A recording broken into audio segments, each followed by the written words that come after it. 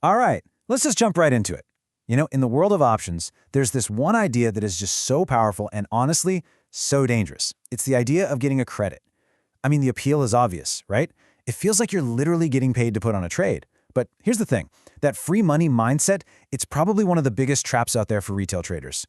And this question, this is it. This is the siren song that leads so many traders onto the rocks. I mean, it sounds so logical, doesn't it?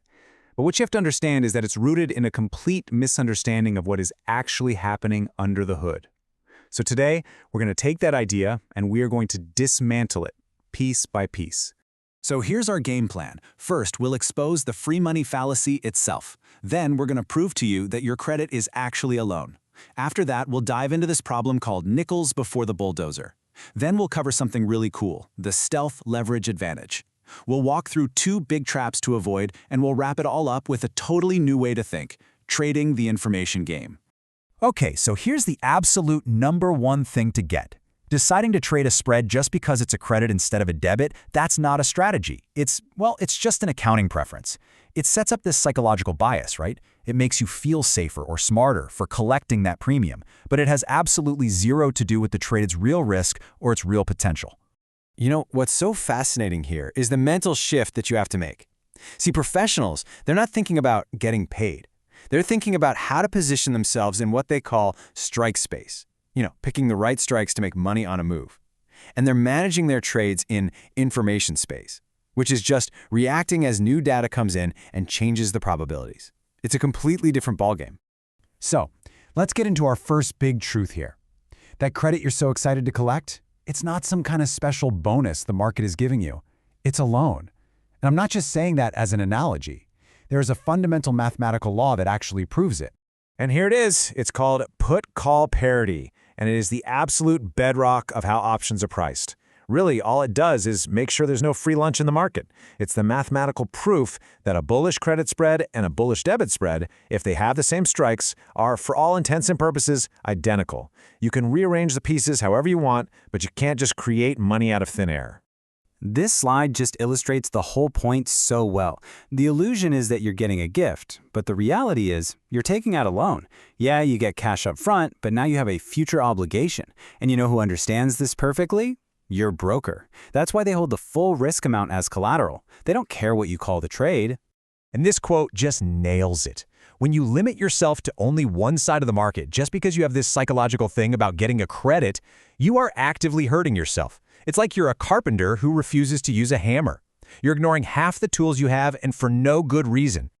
Okay, let's tackle the next myth. And this one is a biggie. You always hear this advice, right? Take profits on your spreads at 50% of the max gain. It sounds smart, it sounds prudent. Lock in the win, get out. But the data shows this is, and I'm not exaggerating, a statistically catastrophic strategy. Just look at these numbers. This is from a huge simulation. A vertical spread is almost as likely to go to a total loss, we're talking 40% of the time, as it is to hit its maximum gain at 37%. Only this tiny little sliver, just 23%, ends up somewhere in that middle ground where, maybe taking a partial profit makes sense. The outcomes are overwhelmingly all or nothing. So, why is it so all or nothing?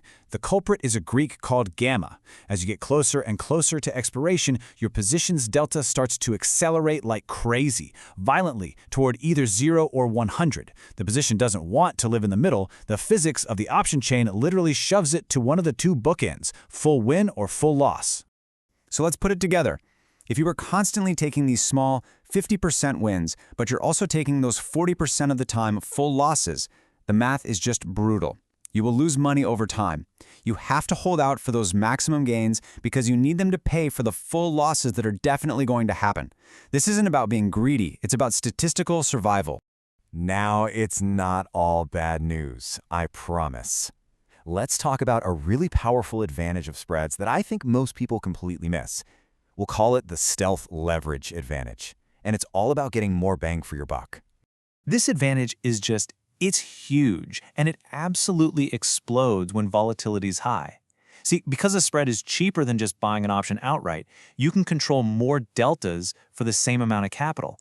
And just look at what happens at 80% implied volatility. You can control over 4 times the deltas for the same cash. That is a massive, massive edge.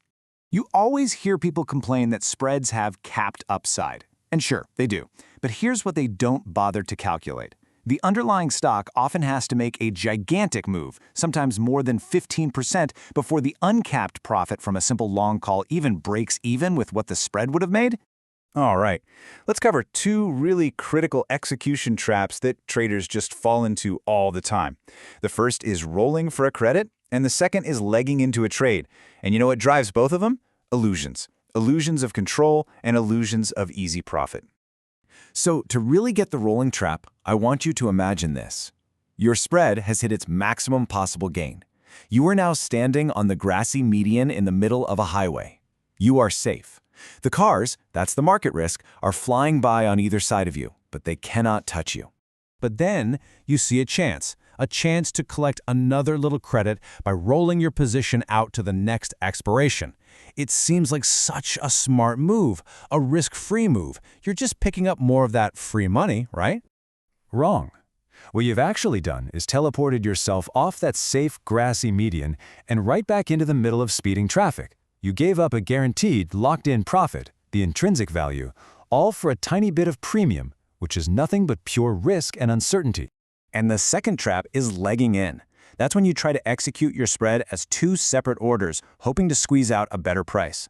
The moment you do this, you surrender all control. Once that first leg fills, you are trapped. You are completely at the mercy of the market to get the price you need on that second leg. It's like placing your bet at the roulette table and then letting the wheel decide your payout odds after the ball's already spinning. It's madness. So how do we tie all this together? We need a new mindset. If trading isn't about collecting credits or just obsessively watching your P&L go up and down, what is it about? Well, it's about trading information. It's about trading the resolution of uncertainty over time. Oh, I love these analogies. Think about the shell game, right? Turning over an empty cup isn't a failure, it's new information. It increases the probability that the prize is under the other cups. That's what time does in a trade. Time passing isn't just theta decay, it's the market pruning the branches of all the possible future outcomes. It gives you more information, more clarity. And that really leaves us with this one final, crucial question that you have to ask yourself. Is your focus on that dollar value fluctuating in your account from one second to the next? Or are you focused on what the market is telling you, on how the probabilities are shifting, and where the real edge actually is? Because the answer to that question, it can change everything.